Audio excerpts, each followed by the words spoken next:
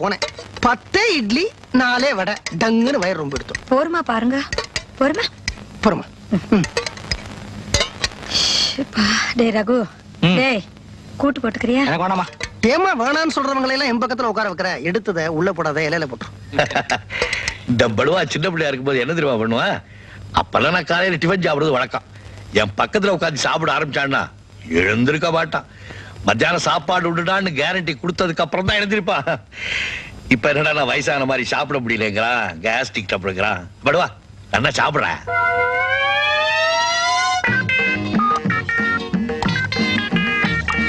போதுமா? போதும் போதும். கூச்சப்படாம சாப்பிடுறா. எனக்கு என்ன பூச்சா திம்பு? போடுறதுக்கு சிஸ்டர் தான் கூச்சப்படுறாங்க. போதுமா போதுமா போதுமா, எனக்கு வயிறு சரியில்லைன்னு சொன்னேன். ஃபர்ஸ்ட் கிளாஸ் மிளகு ஜீரா அரைச்சிட்டு ரசம் வச்சிருக்கேன், வயித்துக்கு ரொம்ப நல்லது.